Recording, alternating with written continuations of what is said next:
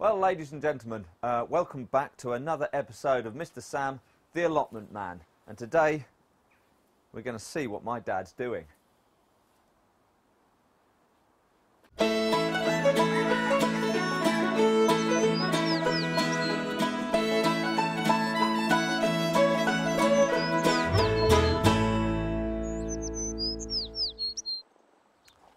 So then, what is my dad actually up to? So let's have a look. So Dad, what are you up to? Well, the maid is gone now. The maid has gone, yes. So I've taken the beans out We've taken the beans out. because it's going to rain this afternoon. Brilliant. So as you can see, it's very dry because we've not had any rain for about a month. So I'm weeding it Right. and getting it roughed up, and I'll probably put some grass mulch in. Right. Cuttings, grass cuttings. Yeah. Or you will. Well, I will. Hello, McCavity. The cat, everybody's McCavity. The cat come to help out. Look here. So, so basically, you've been digging the old plants out, the runner beans, and you've been weeding.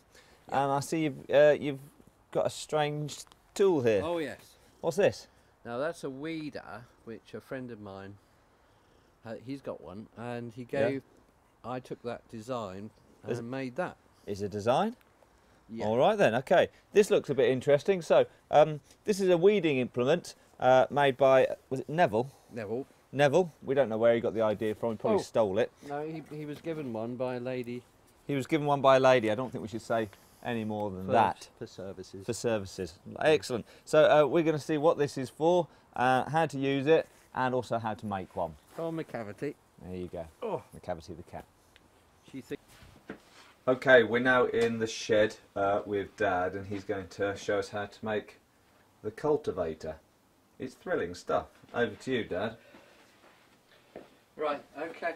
Well, I made this out of just pieces of wood I found around the place, and I turned that end on the lathe. But maybe you haven't got one of those or don't want to do that, so you could just have a straight piece of wood, like this, which is a table leg, and just chop a piece off, and you've got a handle.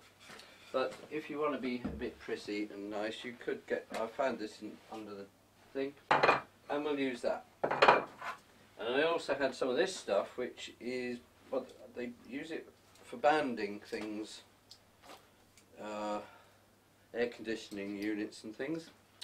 Because again, I haven't got any more of this, but this will work very well, and it will make smaller.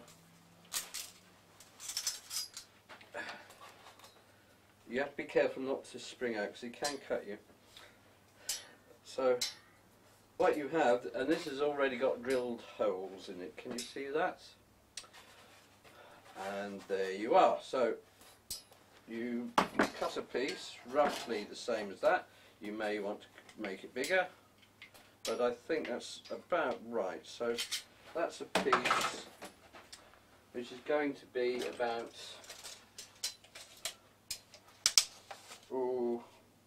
14 inches or 360 millimeters long. So to cut that is quite easy actually. With a pair of, you just put that on. You don't have to cut through it, you see, because it's got holes in it. If you hold it in some pliers, you can do that. It breaks. Oh, excuse me, I've got a backache. Right, so that's that. Now, so you have to fix that to that. Now that's when this becomes a bit problematic, because it's not flat, it's round. So what you can do is either cut that straight or bend that round and knock it in there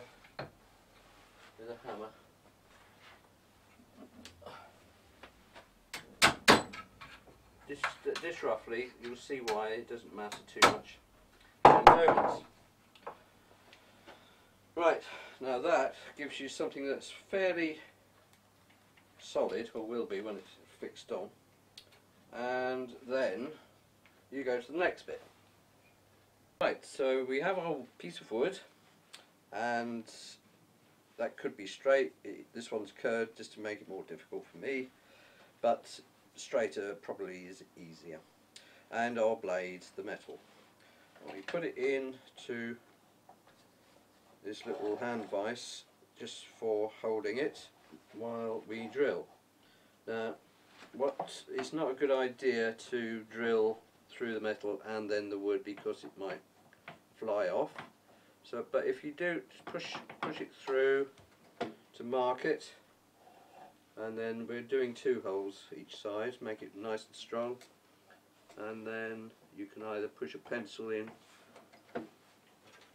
or the drill and mark it like that. Can you see?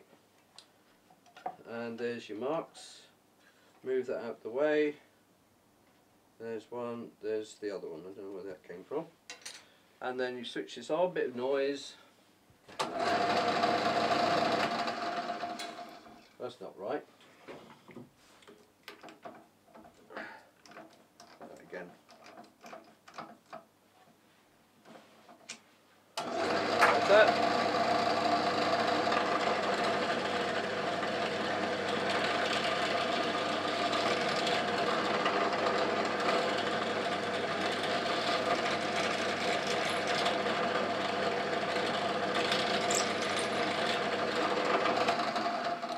Okay, so I've drilled 2 holes, they've not gone all the way through.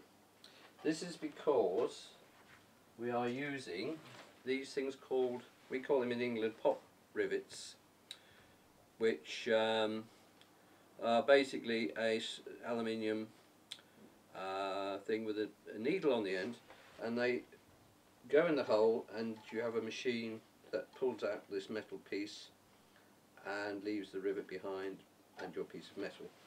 So that would go like this, into there. You then get the machine, or the tool I should say, not machine really.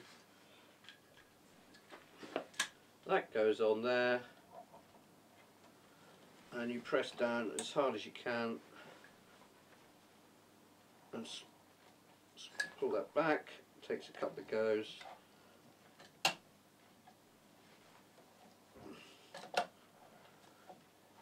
Nearly there, and there we go, that's one. And you see the piece of the pin comes away and leaves the rivet inside, and what it does is it pulls the metal up and expands it out a bit.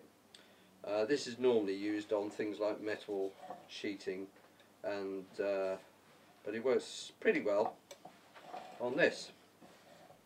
So that's one of them. Okay, so that's that one. So that's one side done, and that is pretty strong. Now essentially all you do now, not to bore you, is to put it on the other side, and if you can, where the holes are the 2 small holes, which are a 4mm hole in this case, but it's not too critical. If you can get them so they're not quite the same, on the same line as those 2, so you just bring that slightly up or slightly down, that way they don't sort of weaken the wood so much. Okay, and then you just drill those in the same way as we did before, and then you basically have done the job, but there's a few little tweaks to do in a moment. That's basically it then. It's pretty strong. You can make them wider like my original, so you've got that sort of size, or that one. I haven't made one this small before, so we'll have to see how it works, but it might be quite useful around the sort of carrots and things like that, because it is a bit thinner. Now you have this, you can now sort of squeeze that and bend it to your shape that you want, but I'm going to leave that roughly like that, and you've got a handle which either, this one's a nice little stubby one, as you can see, or if you need one, you can do a longer one, so you don't have to bend so far or reach so far. So this is up to you, but that's a piece of spindle which is used for all sorts of things, like things going up and down stairs and so on. But any square piece of wood would do. Okay, so have a go at that. You don't need a lot of equipment really. You can use an ordinary drill, but just be careful. Wear all the safety equipment like I do, and Bob's your uncle. So there we are, peeps. We've been in the shed and Dad's made his beautiful tool. But you've just got one more thing to tell us about the tool. Yes. Okay, what's that? Is that light on? Yeah, the light is on. Okay. Right, beautiful tool. A cultivator or weeder, depending on where you come from.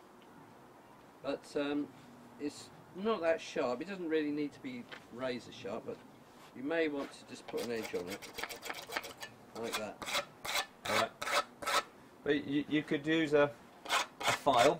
A file, yeah. This is a piece of stone, grinding stone. Grinding stone. Which they used to use on sides, you know? Yes, very good. Yeah. So you could use a grinder or anything you like really, or Yeah. just a thin bit of metal. The idea is so it cuts through the ground easily and also chops the weeds up and stuff. So there we are. There's our, and old brambles apparently. So there you go. That's me, Mr. Sam, the allotment man, and my dad. We've been in the shed today and we made a cultivator.